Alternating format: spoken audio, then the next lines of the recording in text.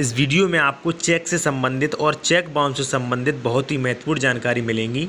इस वीडियो में आपको जानकारी मिलेगी कि चेक बाउंस कब होता है,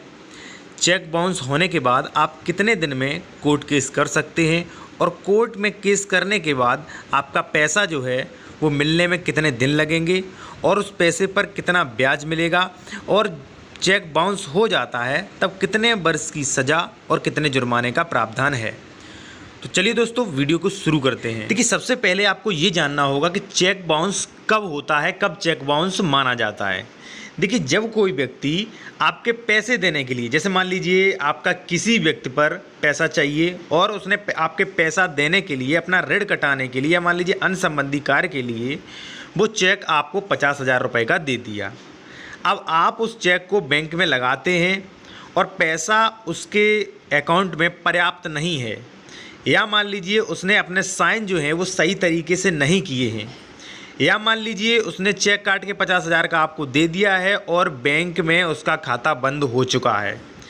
तो तब जो होता है चेक बाउंस समझा जाएगा, चेक बाउंस माना जाएगा। देखिए, जब चेक बाउंस हो जाता है तो आपने जिस बैंक में वो चेक लगाया था, जिस बैंक में वो चेक बाउंस हुआ है, उस बैंक से एक रसीद लेनी चाहिए, क्योंकि जब आप उसके खिलाफ केस करेंगे तो आपको भाई ये भी तो सबूत, ये भी तो प्रूफ करना है कि भाई मैंने इस बैंक में चेक लगाया था, इस बैंक में ही चेक बाउंस हुआ है। ठीक है, तो आपको रसीद भी लेना बहुत ज़रूरी है। जब आपका चेक बाउंस हो गया तो उसके 30 दिन के अंदर आपको उस व्यक्ति को नोटिस भेजना है जिस व्यक्ति ने आपको वो चेक दिया था। ठीक है, तो उस व्यक्ति के नाम से वो नोटिस भेजना है, किसी अधिवक्ता द्वारा, स्पीड पोस्ट द्वारा आप वो नोटिस उसके सही पते पे, ध्यान रहे जब भी आप उस व्यक्ति को नोटिस भिजवाएं तो उस व्यक्ति के नाम से और उस व्यक्ति के सही पते पर उस व्यक्ति को नोटिस मिल जाए। ठीक है, उस नोटिस में उस व्यक्ति को जिसने आपको चेक दिया है 50,000 रुपए का, उससे 15 दिन का टाइम दिया जाएगा कि भाई 15 दिन में हमारे पैसे जो हैं वो हमको दे दिए जाएं। ठीक है, अगर वो व्यक्ति 15 दिन में आपके पैसे नहीं लौटाता है तो आप नेगोशिएबल इंस्ट्रूमेंट एक्ट 1881 की धारा 138 के अकॉर्डिंग उस पर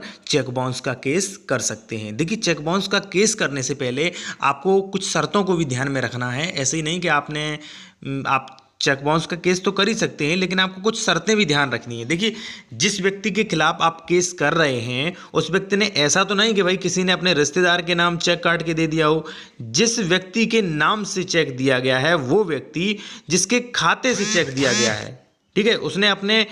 खाते से ही चेक दिया गया है कि नहीं, उसने अगर अपने खाते से चेक दिया गया है तो आप उस व्यक्ति के नाम केस कर सकते हैं। दूसरा,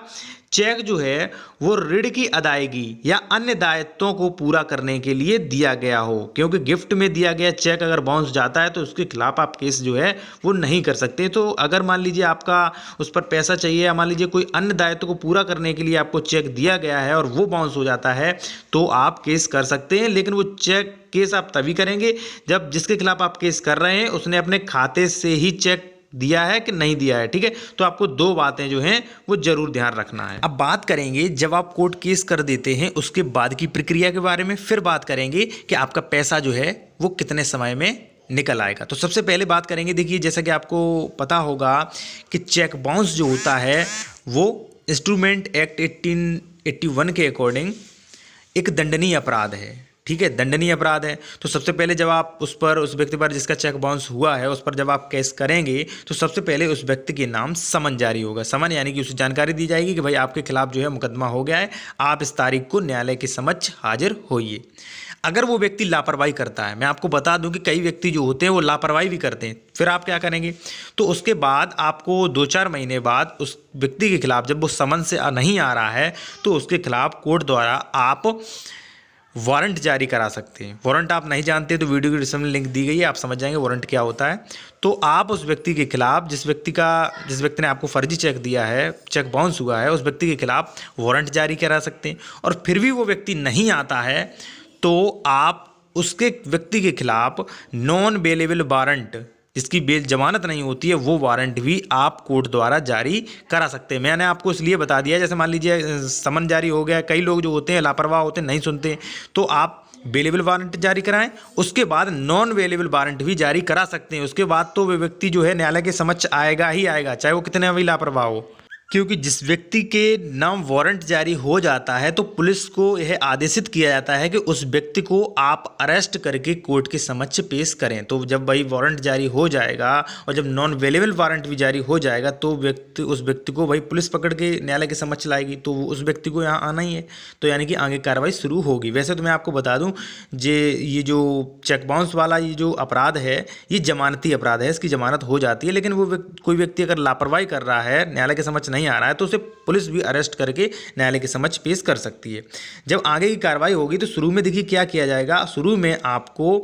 जो चेक है, जैसे मान लीजिए आपका 1 लाख का चेक बाउंस हुआ था, ठीक है, तो सबसे पहले आपको 1 लाख का 20% यानी कि 20,000 रुपये जो है वो शुरुआत में आपको दिला दिया जाएगा। ठीक है, अब बात आती है कि भाई 80% आपका पैसा कब मिलेगा, तो 80% आपका पैसा मिलेगा जब आप ये केस जीत जाएंगे, तो आपका बाकी जो 80% पैसा है वो आपको दे दिया जाएगा। ठीक है, और वो व्यक्ति अगर भाई दोषी पाया जाता है तो उसे 2 साल की सज़ा और जुर्माने से दंडित किया जा सकता है। अगर मान लीजिए सवाल ये आता है कि अगर मान लीजिए आप वो केस हार गए हैं तो क्या होगा। तो देखिए अगर मान लीजिए आपको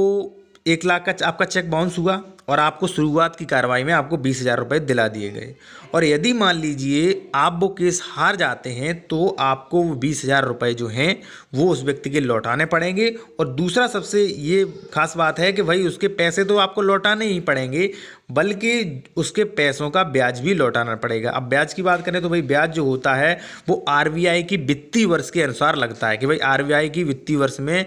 जो वित्तीय वर्ष है उसमें कितना % ब्याज चल रहा है, उसके अनुसार वो ब्याज जो है आपको उस व्यक्ति को लौटाना पड़ेगा। ठीक है, जब आप हार जाते हैं, अगर आप जीत गए तो जीतने के बाद जो है वो आपका पूरा पैसा मिलेगा और उस व्यक्ति को सजा भी हो सकती है, या मान लीजिए न्यायालय जो है वो जुर्माने से भी दंडित कर सकता है। और बैंक जो है वो आपको चेक बुक की सुविधा से वंचित कर सकती है और आपका जो भी बैंक अकाउंट है उसे बंद भी किया जा सकता है। दूसरी सबसे महत्वपूर्ण बात ये है कि अगर आपने मान लीजिए कोई बड़ी हेरा फेरी की,